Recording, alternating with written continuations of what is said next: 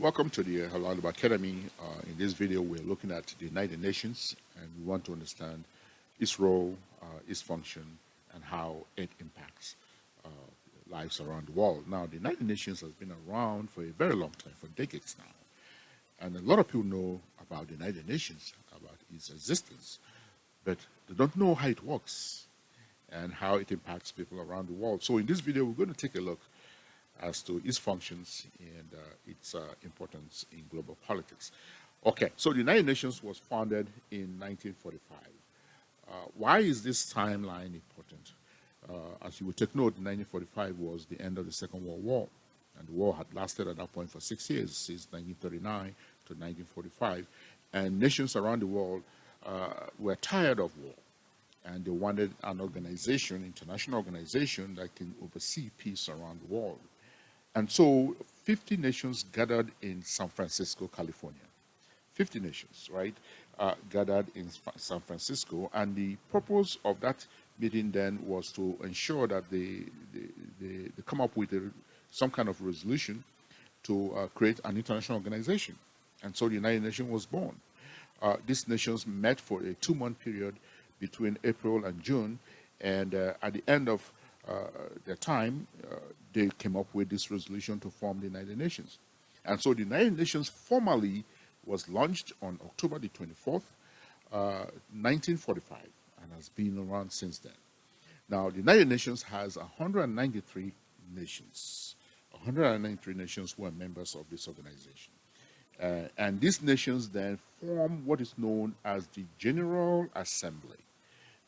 It's called the GA for short. The General Assembly, then all of these nations are part of the General Assembly. And the General Assembly has a president who oversees its affairs. And the president serves 1-year term. The president serves 1-year term. And after that, of course, election is held, and a new president is elected to lead the General Assembly for the next 1 year. Now, within the General Assembly is what is known as the Security Council. Now, this is a very important council within the body, and is the nucleus of the United Nations. And why is it the nucleus of the United Nations? Because this council makes all the key decisions. This council determines threat levels around the world and evaluate those threats, and then takes action to mitigate the threats.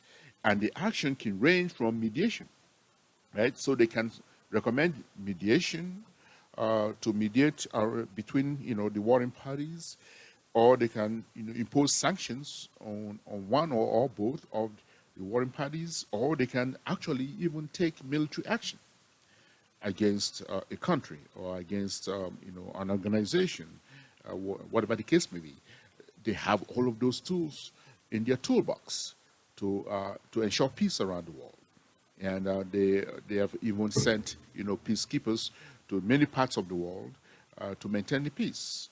Now, this is a very important function of the Security Council. The Security Council has a president for a month at a time. The president serves a month at a time, and then after a month, another president takes over.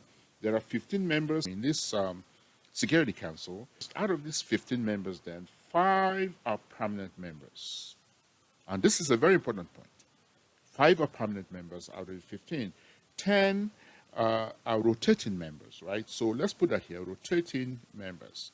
So 10 rotate every 2 years, and every 2 years they give way for another 10 to come and replace them.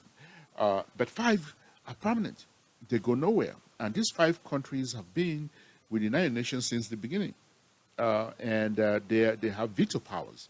And what does that mean? It means that they can veto any resolution, and if they veto a resolution, the resolution goes nowhere. And that's why it's important for these 5 countries to be all in harmony on a particular issue, so that they can move forward and ensure peace around the world. Now, it's very difficult because these 5 countries, let's identify them: the USA, the UK, France, China, and Russia. These are the 5 permanent members.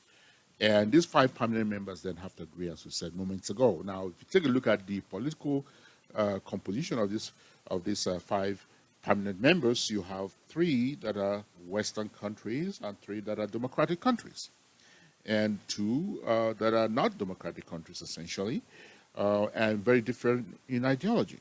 And that's why it's difficult for the United Nations to be effective in certain areas and on certain issues, etc.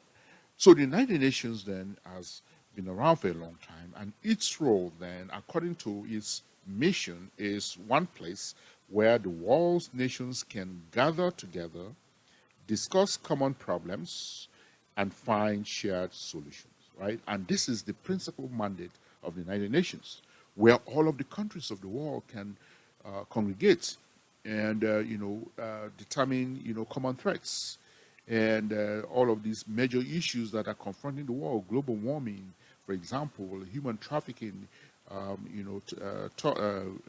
terrorism, all of those things that are really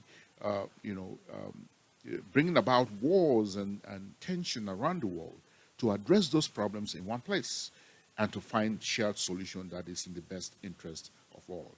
The United Nations has many sub-agencies and sub-bodies, like UNICEF, for example, UNDP, United Nations Developmental Program, for example.